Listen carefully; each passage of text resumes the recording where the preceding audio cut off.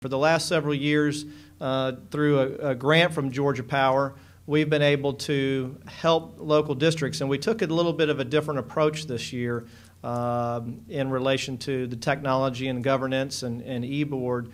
And we asked districts, any district could apply.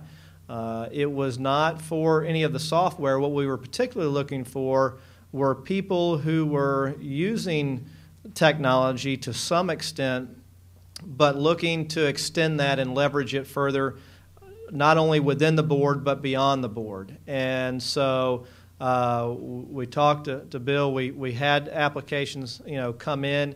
Part of the process was not only did districts have to fill out an application, but they also had to conduct a self-assessment of how they were currently using eBOARD and using technology for governance in their district.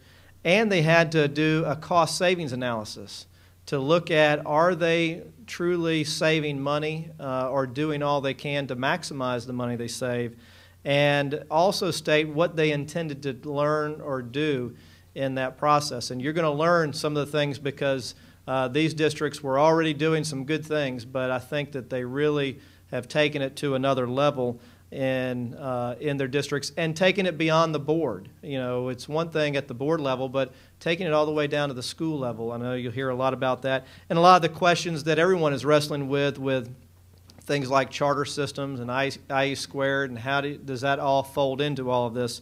So these 4 districts were selected: Richmond County, Barrow County, Jeff Davis, and City Schools of Decatur.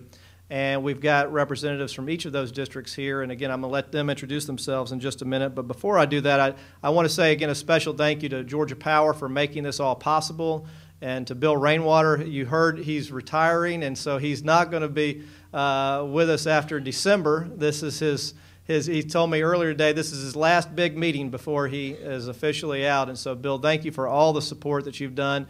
And if you would come on up and say a few words, that would be great.